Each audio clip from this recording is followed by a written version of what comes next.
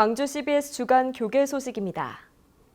광주시 기독교 교단협의회가 2023 빛골 성탄 문화축제를 열고 예수님의 탄생을 축하하는 대형 성탄트리에 불을 밝혔습니다.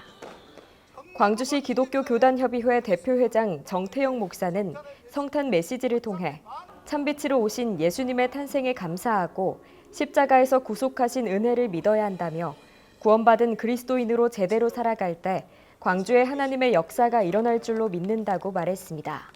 인류의 죄의 구속은 반드시 십자가에서 속죄의 죽음을 통해서만 이 일이 이루어질 수 있었습니다.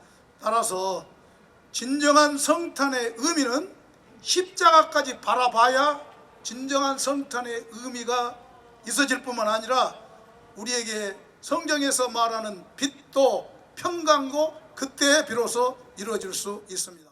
점화식에 앞서 참석자들은 기부로 나를 가치 있게, 기부로 광주를 가치 있게란 구호를 제창하며 사회복지공동모금회와 함께 따뜻한 겨울나기 성금모금 발대식을 열었습니다. 한편 5.18 민주광장에 세워진 성탄트리는 12월 한 달 동안 불을 밝혀 성탄의 기쁨과 희망을 널리 알리고 트리 주변에는 포토존을 장식해 시민들의 아름다운 추억을 사진으로 담을 수 있도록 조성했습니다. 5.18 민주광장의 성탄트리 불빛과 함께 광주 시내 곳곳에도 성탄트리 점화식과 따뜻한 겨울나기 성금모금 발대식이 열렸습니다. 서구 기독교 교단협의회는 운천 호수공원에서, 광산구 기독교 교단협의회는 송정역 광장, 남구 기독교 교단협의회는 양림 오거리에서 성탄트리 점화식을 갖고 예수님의 탄생을 축하하는 행사와 함께 따뜻한 겨울나기 성금모금을 시작했습니다. 동구 기독교 교단협의회도 광주 YMCA 앞에서 이웃에게 따뜻한 사랑을, 성탄의 예수님의 사랑을, 동구의 하나님의 사랑을 나누자며 따뜻한 겨울나기 성금모금 발대식을 가졌습니다. 각 구 교단협 성탄트리는 1월 초까지 불을 밝힐 예정이고 모아진 성금은 사회복지공동모금회와 함께 지역사회의 어려운 이웃에게 전달됩니다. 겨울을 뜨겁게 달굴 2023년 양림 크리스마스 문화축제가 근대 역사 문화마을인 광주 남구 양림동에서 개막했습니다. 양림 크리스마스 문화축제는 양림 오거리에서 주민 500여 명과 함께한 성탄트리 점화식을 시작으로 오는 31일까지 성탄 퍼레이드, 성탄 음악 콘서트, 다양한 체험과 이벤트, 근대 역사 문화유적 순례 등 다채로운 프로그램으로 꾸며져 성탄의 기쁨을 나눌 계획입니다. 문화축제 추진위원장 광주 한빛교회 문희성 목사는 양림동은 기독교 역사유적과 근대 역사 문화유적의 성지다며 역사 문화마을의 랜드마크인 양림동을 성탄 문화축제의 장으로 발전시키겠다고 밝혔습니다. 목포 지역에도 대형 성탄트리가 환하게 불을 밝혔습니다. 목포시와 전라남도가 후원하고 목포 기독교 교회 연합회가 주최한 2023년도 성탄절 트리 점화식이 연합회 관계자와 주민 등 100여 명이 참여한 가운데 진행됐습니다. 연합회장 정래환 목사는 성탄 메시지를 통해 크리스마스에 하나님의 크신 축복이 각 가정과 개인마다 모든 일터마다 가득하길 바란다고 밝혔습니다. 이어 크리스마스 문화축제로 연합합창제가 진행됐습니다.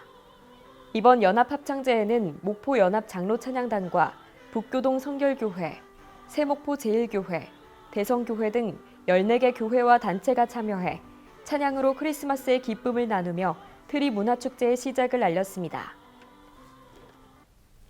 광주 중흥교회가 성경에 등장하는 사물들을 직접 보고 만지며 성경 내용을 보다 생생하게 접할 수 있는 특별한 전시회를 마련했습니다.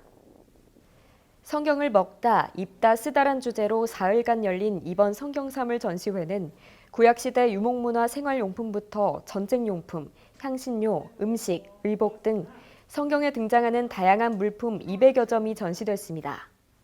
이번 전시회에는 중근동 지역에서 30여 년간 선교사역을 펼친 김동문 선교사가 기획하고 해설을 맡아 성경 속 장면들을 보다 생생하게 그려냈습니다.